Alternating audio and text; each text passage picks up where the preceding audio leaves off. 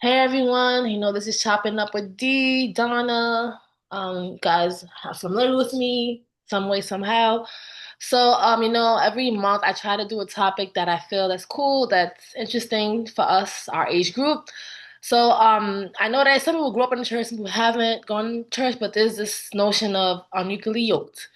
So I was thinking about it for like years in my mind. I'm like, okay, it's in the Bible and all that stuff. What does it really mean? So I found a picture online, but I have no time to draw it up. But basically, it's like two animals. It could be ox, sheep. If you grew up in farming or anything like that, it's like a something that's tied to you, like your neck, and the animals they walk together with the yoke so they could be together to accomplish something, to walk together, and the farmer, the shepherd, whoever leads them, and then they have the yoke. So, like in the Bible, this particular text in 2 Corinthians 6, verse 14, it says that you should not be unequally yoked. So they use the analogy of a yoke on the animals to say, like, you should not be somebody who's not like you. So I was thinking about it. I'm like, people who grew up in the church, they always say that, oh, well, it's like, oh, you have to be the same faith, Christian, whatever it may be, the case, whatever it may be. But like as an adult, someone of a particular age, I said, you know what?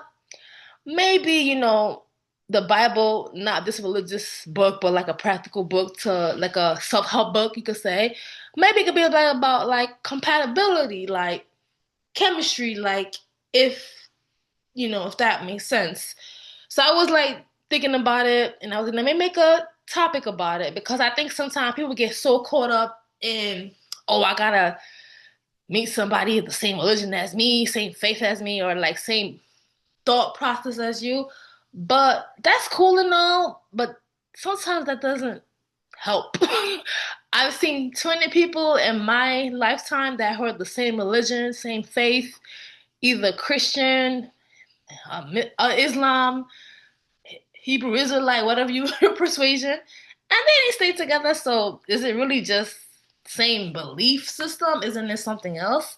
So I went through a rabbit hole of thinking about what that means to me and what that means to other people. So what do you think it really means, like compatibility? Is it only just belief system?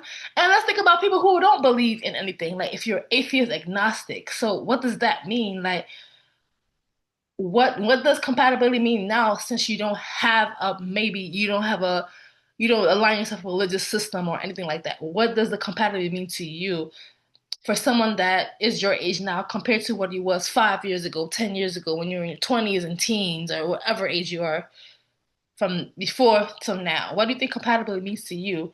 And I'll not decide, I'll share what I think it means to me. And we have a little conversation and put in about chemistry also, because that kind of helps in the long-term relationship, I think. Yeah. And this is not like a gender type of situation, like a gender war question, but more like, what is compatibility in chemistry? And a lot of people throw it around in that religious mindset thought, but not everybody is religious or aligned to a faith. So, what does that mean? And especially if you use the Bible as a self-help book and not necessarily like a spiritual guide for some people who may not believe in it. But there's a lot of people who don't believe in Christianity, but they read the book as just something to read, like a guidebook, so like a self-help book. So, what do you think it means to you, like chemistry, compatibility, especially if you're not aligned with the faith? Yes. Yes, Lena. Hey, Yeah. Brant and Donna. There's I, someone else. I have, oh, let me check. Let me see. Oh, okay. Aine, Etienne. Okay. I would say probably it's a mix of everything. It's also based on your background, meaning I'm talking about background in terms of like geographical location. Yeah. For someone that may come from, let's say, Egypt, right? And Mm-hmm. someone who's from Haiti, they may have like different orientation on how they see this just because that's where they're from. And the norm there for them in terms of relationship, it's that, for example, it's a mix of religion or just simply religion, Or for me, as per like I'm from Haiti, for example, I'll probably have a mix of both because I'm being pre-exposed to both aspects, like religious aspect to be considered, and also the fact that I would have to look at somebody's value or the lack thereof. I don't have to look at somebody's religious, but then I'm going to look at their values, what they are really standing for at this time of their in their life. And also, I think compatibility, I'll strongly emphasize that it's also about age compatibilities. I think that plays a key role.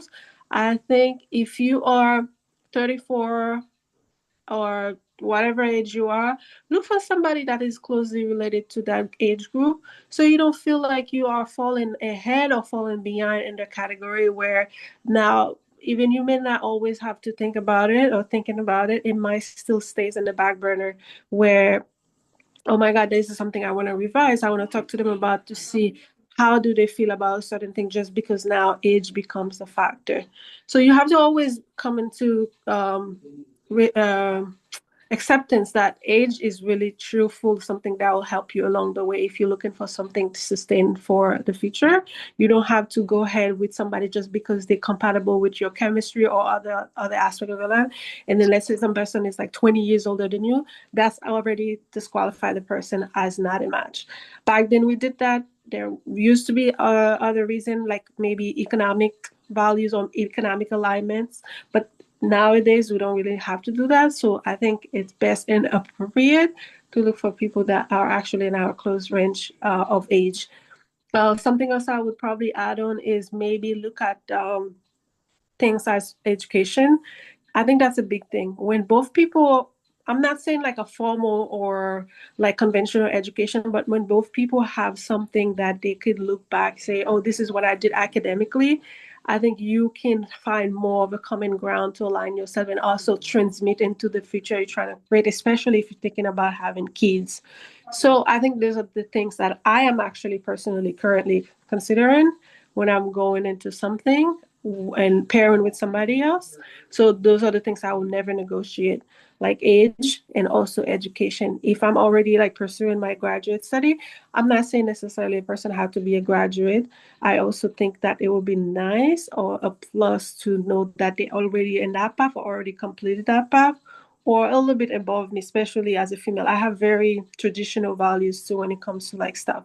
So that's where I would probably leave it. It's like those two things I really put on a pedestal when it comes to thinking about a relationship, education and as well as age groups, match to be matched. Okay, Yes. anybody else? Oh, sorry to cut you off. I see there's two gentlemen here. Anybody want to like bring the male perspective? Oh, okay, Lena. Okay. I I think Okay, from Grant and then Lena. yeah, from a male perspective, I could definitely understand from a woman's perspective why she would be looking at things such as education and age and things of that nature. But I don't think from the male perspective, we put as much emphasis on that because I mean the first thing is like, do I like this person? You know what I'm saying? Do we have chemistry together? Is there potential for love? Is there a spark? Or are we interested? Um do we enjoy each other's company? I put that precedent over anything related to a resume because when you actually that all sounds good, handy dandy, but when you with a person every day, and when you kicking it with a person every day, and as a man, we're investing financially into this person every day. um I have to actually like this person. And just because a person checks every type of box, whatever they got going on career wise, that has nothing to do with chemistry. That has nothing to do with, do I actually like this person? Are we actually compatible? Can we actually build a life together? So I'm just coming from the male perspective. I'm not saying that anything, that uh you all were saying was incorrect. I totally understand that perspective, but um real relationships aren't transactional in the way that I interpreted that description. It has to be a real chemistry first. And if a person doesn't cross all those boxes from a male perspective, now I'm just saying this is from a male perspective, that's not really an issue because as the person before me stated, we're living in a traditional society. I'm a traditional man. I'm not expecting my lady to pay for anything anyway. I feel like if they do that, then the dynamics of the relationships change drastically anyway. So that's what I'm saying from my perspective, none of that is important. The main thing that's important is the love because that's what the foundation of the basis of the relationship is going to be based upon. Alina, you have something to say? You have your hand up. Is it Wait, wait. I think I by raised accident? I raised my hand by accident, but Okay, I want to add something into what Ray sure. said. I think what I would clarify on what I previously just stated is just the fact that look for all these things. Look for the chemistry, but also while the chemistry is there, is present, you can find that. But also look for somebody that have all this type of like compatibilities when it comes to like ages, because it's all possible. I believe that I don't know, maybe I'm very optimistic when it comes to like the male and female coming together for a loving type of relationship.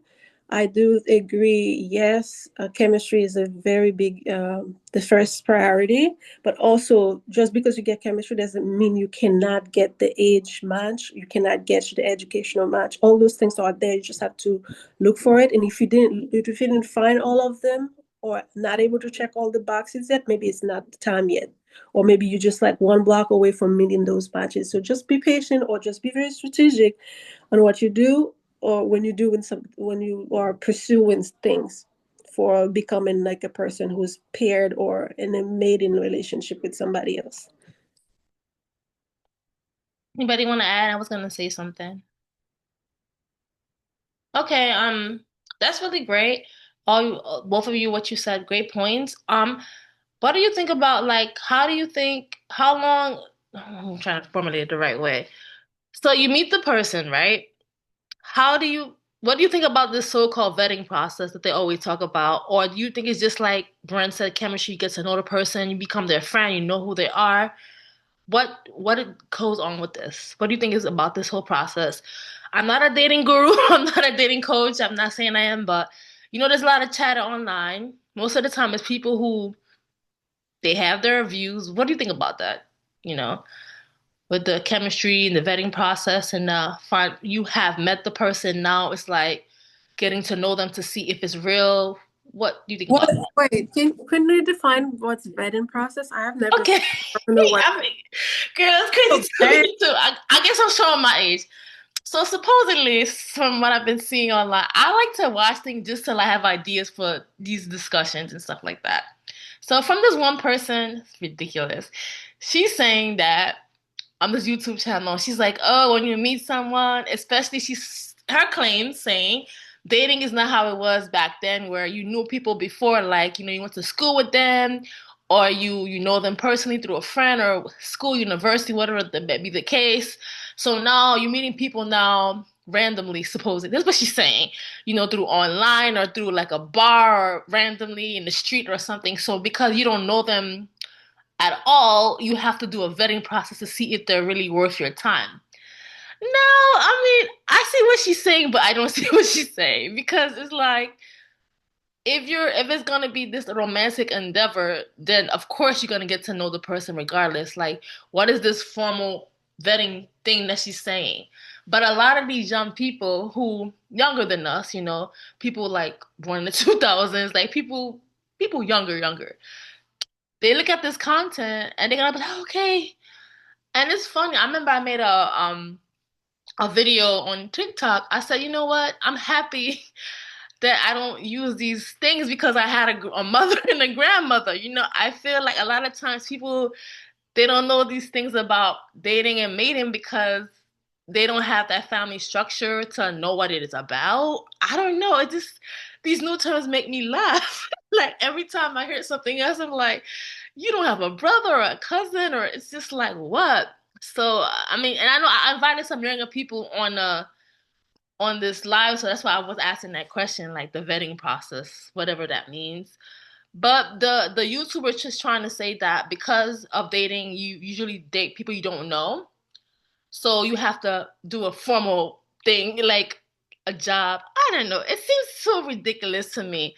And it's funny too, like the people that I've talked to had a talking stage, whatever, like dating and stuff like that. I never Googled them.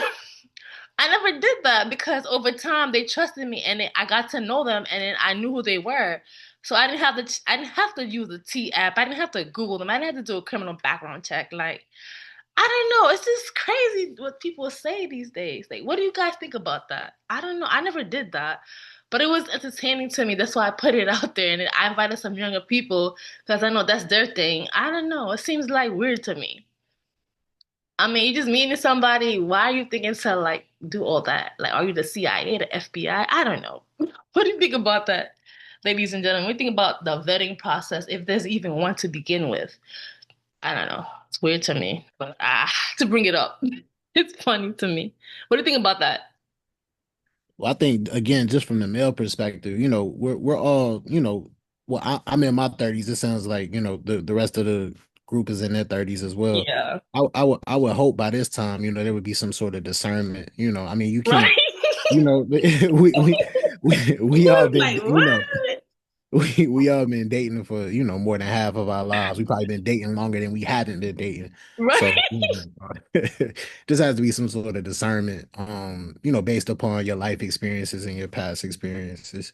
I don't know if I could take it no further than that, but you talk to a person a couple times and just see if y'all feeling each other and stuff. Yeah.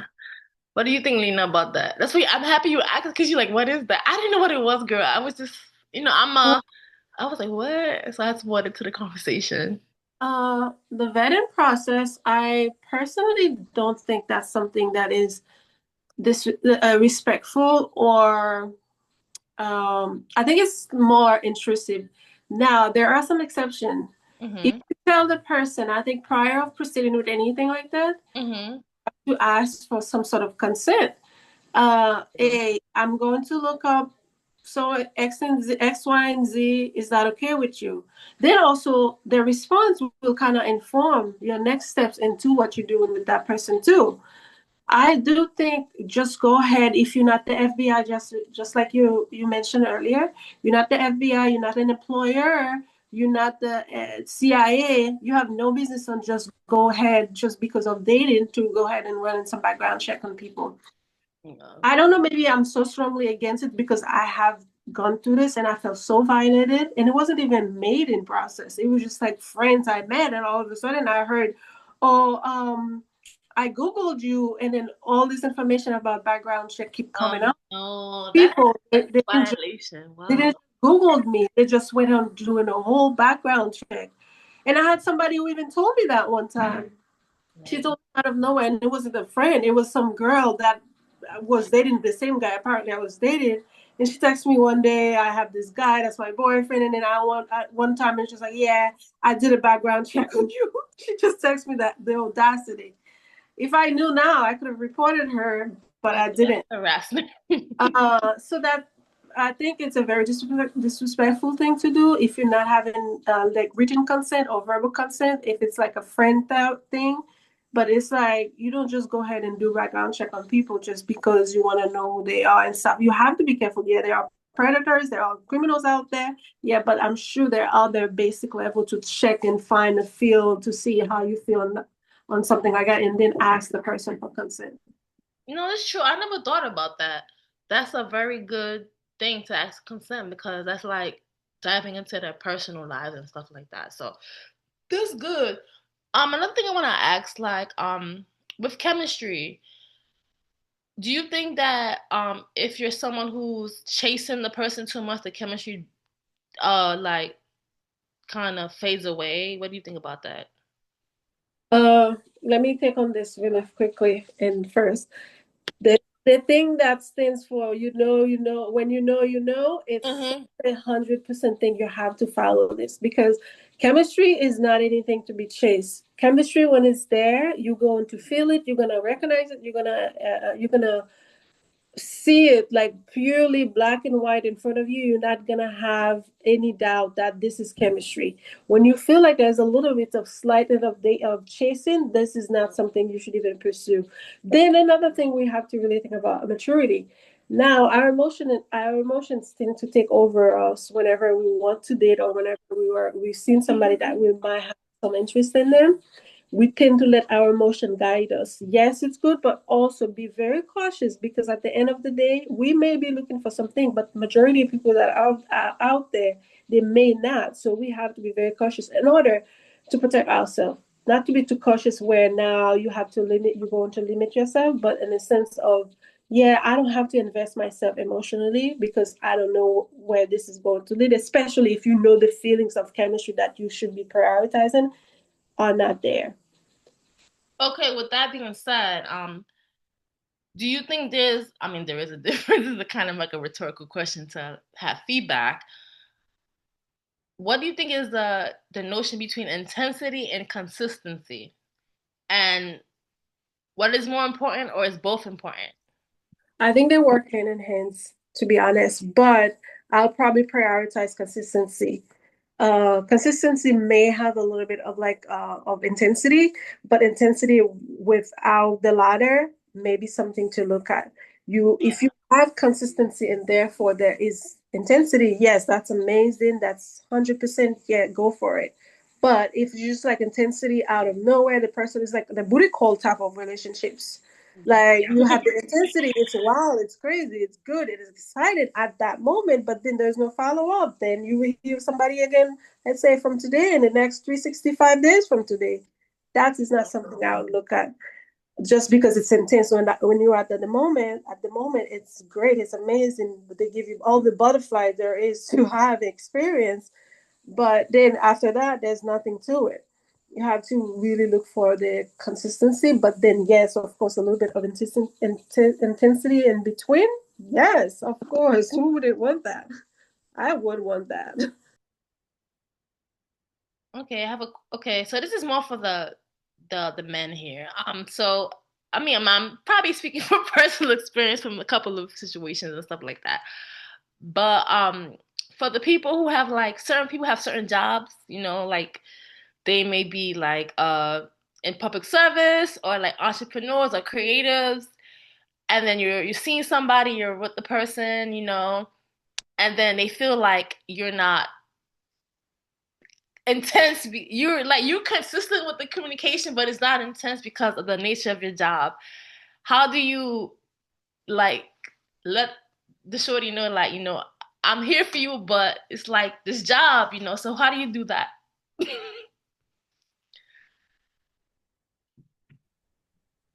Um, I think people make time for what they want to make time for. Everybody works. We all got demanding stuff, but if you let somebody know that they're a priority, even if you're busy, it takes 2 seconds to look at a text. People on their phone at this day and age, unprecedented amount of time. So it's really it's no excuse for us. It's a choice. And even to speak on the consistency or the intensity thing, again from a male perspective, there's somewhat of a uh how can I say this politically correct? Okay.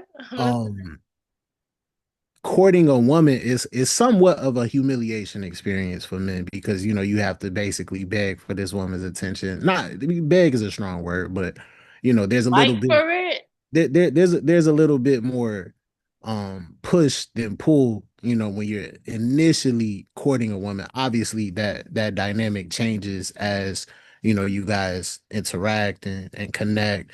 And of course, once intimacy occurs, the dynamic shifts tremendously. But getting up to that point and getting, through to a woman who may be receiving a lot of attention from outside sources and fighting to get into that, you know,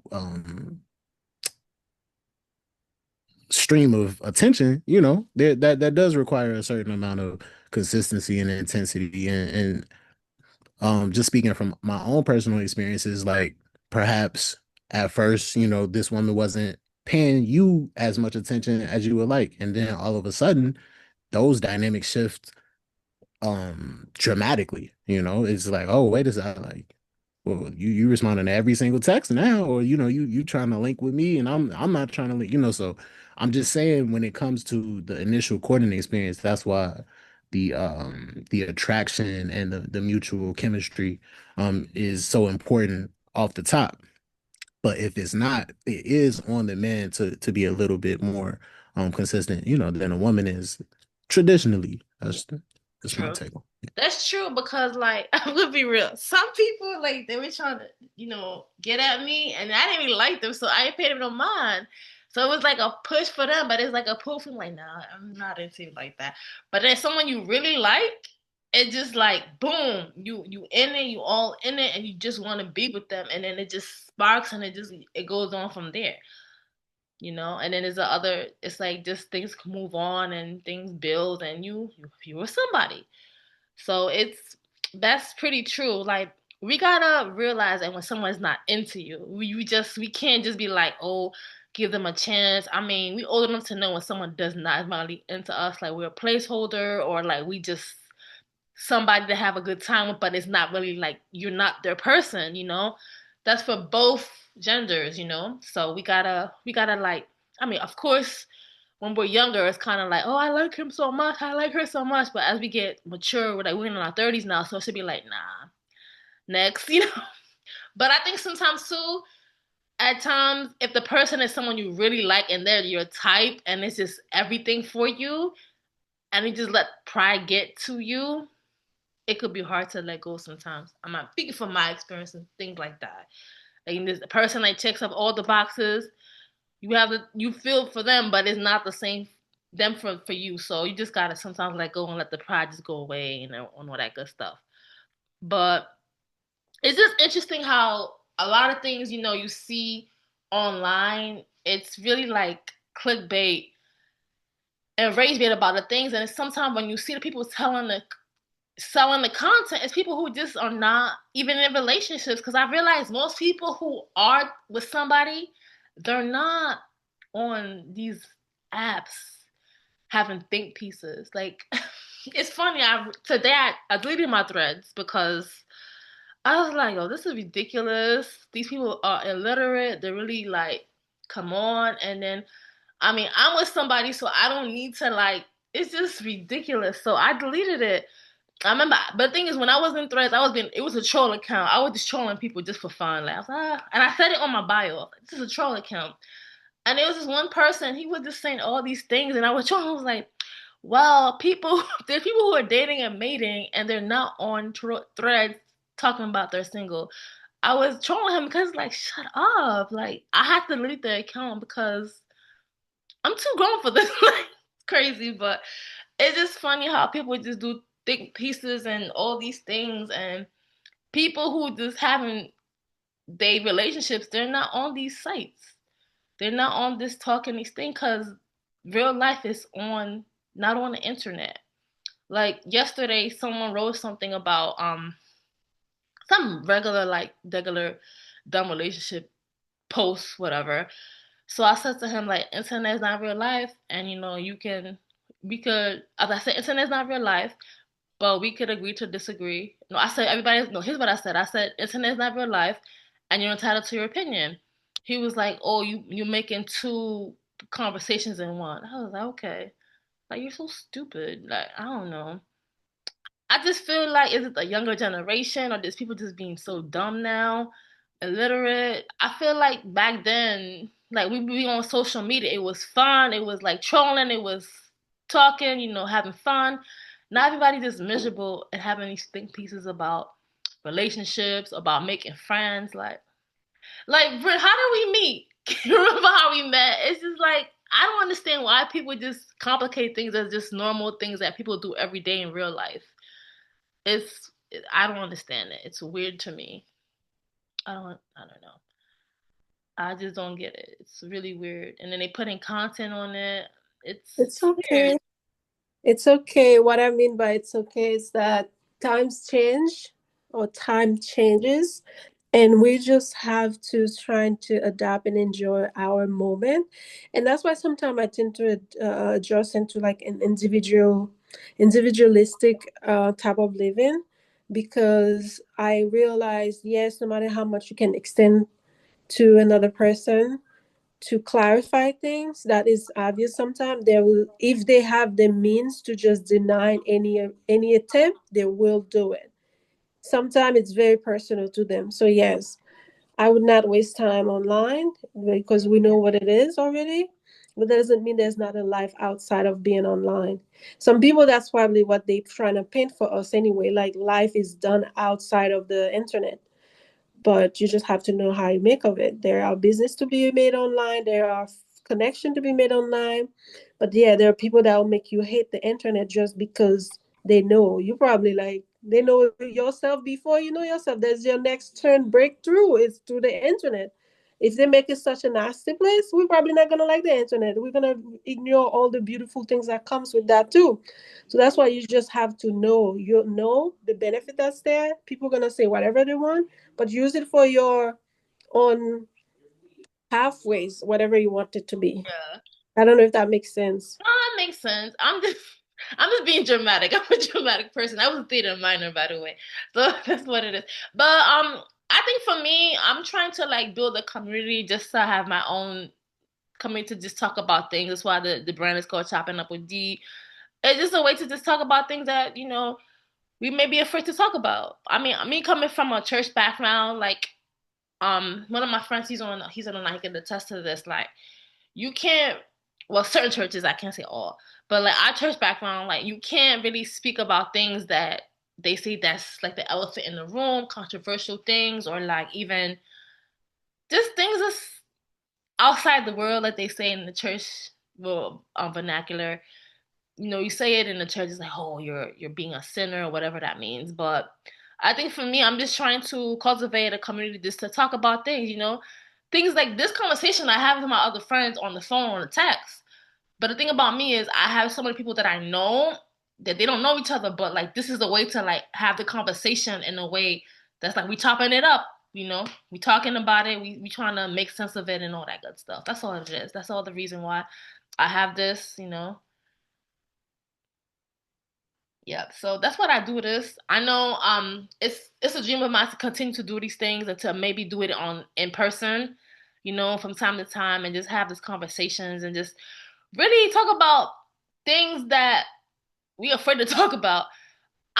It's funny because the person that I'm dating was like, I said to him, I'm quiet. He's like, no, you're not quiet. I don't know what you mean. He's like, nah, you have a lot of things to say. You just, you know. And I realized that I am not a quiet person. I'm very outspoken. But with me, I don't just spew it all out. I speak through my art, through speaking like these platforms, through writing. Like I have a Medium account. I had a blog years ago, two blogs. Through journalism, like I write for the Haitian Times. I remember when I was younger, I was trying to do the PR thing, and so I would go to like different events and meet people and stuff like that, and just try to help brands and public figures and all that good stuff. So it's always been in me to have a voice and to just talk, but socially I'll be quiet because I'm really observant. And this is just a way for me to have that talk. And like the person I'm seeing was saying, he's like, no, D, you talk, you not quiet. And I'm realizing now more than ever. So it's interesting because I am quiet, but in a way that I'm observing. Like I see what's around me, and then I speak. And I try to speak the loudest through my art, through what I say, through my writing, through these little chop it up sessions that I have, all that good stuff. But it's always great to like have these discussions. And it's just it's interesting how life happens and how you meet people for different reasons and they come along years later or they staying around the journey and whatnot. I sent this out to a lot of people because I know a lot of people, but I appreciate all three of you people who came on this live. I feel motivated to continue doing this. If you guys have anything you want to talk about, like I did this in the first time we did it last year, I think in November of last year or October, I forgot exactly when. I give time for people to share what they're working on, what they're doing. They could like put their social media to follow each other. Like I'm all about being the plug. I've been like that. Like always put people I know together with other people. Before LinkedIn. So this is what I do. So if anybody have anything they want to talk about, any projects, I do want to mention an announcement. Like I'm working on having everything I do in one hub instead of like texting people that I usually do. So what I'm gonna do is I'm gonna send out a Google form to everybody that I care to send it to through. email or text. I'm gonna send a Google Form link. And then if you're interested in getting things from me, updates from me, anything that I'm doing, I'm gonna send it to you through what you fill out in that form. And if everybody know how Google Forms work, it's gonna be a spreadsheet. So everybody who's on that spreadsheet will get communication about me, anything professional. So now I don't need to like text my friends all the time for professional stuff. Cause some friends are not into the stuff. They don't need to be into the stuff. Everybody has their own thing. So that's what I want to do. Cause sometimes, I'm sending like professional creative stuff to your friends and it's like, I'm not into it, I don't have time. But you have these type of friends who are like-minded like you, they're gonna join. But you won't know. So that's why I'm gonna send the link and then you fill out the form and then those are the people that I'm gonna continually send information to. I've done it in the past. I had a newsletter years ago. People who know day ones. So I'm gonna do that. I do have a group me. I'm gonna delete that shit. I don't need it. I hate group me. But that's gonna be my alternative to group me where I send the link, you fill it out if you're interested, and then that's it. Then that's my community. I don't need to be sending random texts left and right to people that don't really care to listen. And they don't have to, people in life, you gotta understand that some people they may not be in line with certain things that you want to do, and that's okay. That doesn't mean that they don't like you or they're not your friend, but some people are into different things, and you gotta know what things to share with certain friends and what to share with other friends. And then there's some friends it's like they down for everything, personal, professional, everything. So that's part of evolving and going to the next level. Last year, a lot of things happened to me. I'm happy about it. I had to prune a lot of people. So I'm just happy about the next level of what's going to happen for me for 2026 and what I do want to do to endeavor in my life. And it's only up from here. That's it. You know? That's it. So if anybody has any updates of what they're doing and that's it, then we could good to go. Okay, sounds good. I was thinking something. I think while you said, um, if anybody want to add something, did you say something like that? Yeah, I did. Okay, so yeah, I just think, how do we make this a little bit like, I would say financial. What I mean by financial, what if we have something where hmm very formal, like every time we have a meet, we will probably add something as a group and keep it there. Let's say one day we see an event that they inviting people, we're trying to get into that event. We have a person who's the face, for example, I'm not saying that's what it should be, Uh-huh. and then that person know, okay, we're gonna send that person for such and such an event, that therefore there's no scratching of the head, we have money because the money is there, it's been put together. What if hmm we start thinking that way? Because yes, you made it like this, it's good, we share an idea, but if you want to make it something very much like we can stick with, once we attach some commitment to it, then therefore we probably feel more responsible to do that. I don't know, No, I'm not I saying know, I else do of something. course. I'm looking at things in the very bigger picture. No, I would be no, you happy can to be part continue. of something Continue. like that. I'm sorry for cutting you off. What were we saying? I would What's the last definitely thing be you said? happy. I would be happy to be part of something like that. Not something excessive that we would probably not feel comfortable to do, but something even as little as $5. Let's say every time we meet, we know there's this dedicated account we put in, and then we know, oh, what if one day we want to meet in person? We now know this is the account we're all gonna have coffee from. We're not gonna just say, "Oh yeah, you pay yours, I pay mine." Then we know that's yes, we pay yours, I pay mine, but then it's already being placed for that purpose. Or we can even use it for things like outing, like let's say summer break or how you call winter break. We go to see a museum or whatever related subject for that week. We proceed to attach it to something that is of that. There are a lot of things, arts and culture stuff that are out there. And I think this meeting we having, it's a part of our cultural engagement or trying to enrich our mind. And therefore we have to also protrude that in the outer world. Anybody has anything else and I'll respond to that? Okay, does anybody know what a salon is? Yeah, I heard of a salon. Yeah, that sounds good. Actually, yes, that's what I was describing. Okay, I don't do things out of I'm pound it pound like the Haitians say. I have a vision.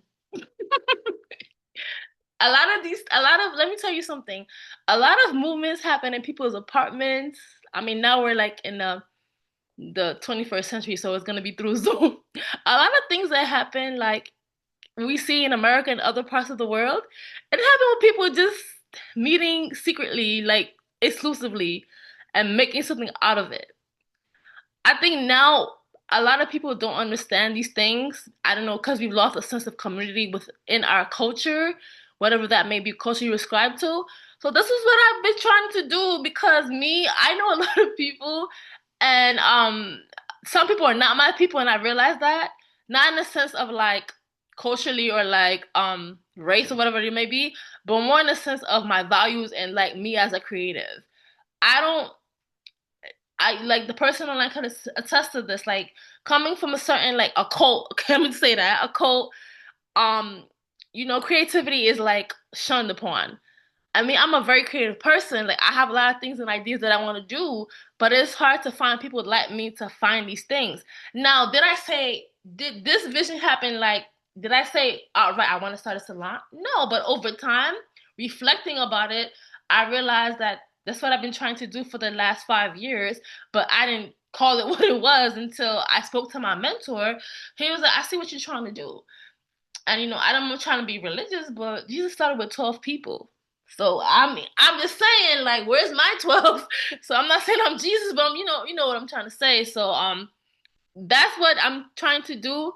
I didn't understand that's what I was trying to do until I spoke to my mentor. He was like, no, get your 12 people to do what you want to do, whatever that may be, to change society and the world. But it takes a lot of one, it takes a lot of courage to even do it. Also, it takes like being resilient and also having not taking things personally. And me, I'm a passionate person. If you're into astrology, this Aries is like very passionate, whatever. So sometimes we're like, oh, but I mean, I'm above my sign, above that also. But I realize that some things take time to grow and develop. And I'm appreciate the people who are here who want to make it happen. So that's what it is. That's all. I'm realizing that, but sometimes you gotta talk to the elders so they could point you to what you want to do and what your vision is. And I also have a video on YouTube about how I discovered my purpose. I could put the link if you want to see it, but I realized what my purpose is, so I want to you know, get into that purpose and stuff like that and really do what I've been called to do. And it's funny, I was talking to somebody, I forgot who. It's someone that I grew up with, not grew up with, but we're from the same neighborhood. We were talking, and I was, you know what? I feel I've already done the work and I've had built my legacy already as a young adult. So, like, even if I pass away, I feel like, I did what I had to do, and people gonna remember what the things that I did. So I'm like, I'm good. This is just extra work to me. I already done what I had to do. I feel like I've done what God called me to do. So right now, this is just like as an adult, like what else the next thing to do. Did what I did as a young person, but now I'm getting older. I'm not as young as I used to be. So what's the legacy I want to build? Besides having a family, of course, that's what I want to do too. But another whole conversation. But that's what it is, basically. That's it. That's great, Dana. Dana, I think you have a direction that I see you are following. Regardless, it may seem a little bit challenging, but that's where we come in contact with our greater self. When we don't give up, we continue to pave or forge the path we want. Yes, also about the salon, and you're talking about people doing things in their apartment. I read an article, I think it was yesterday, how the art world are now being taken a different angle because people are meeting or selling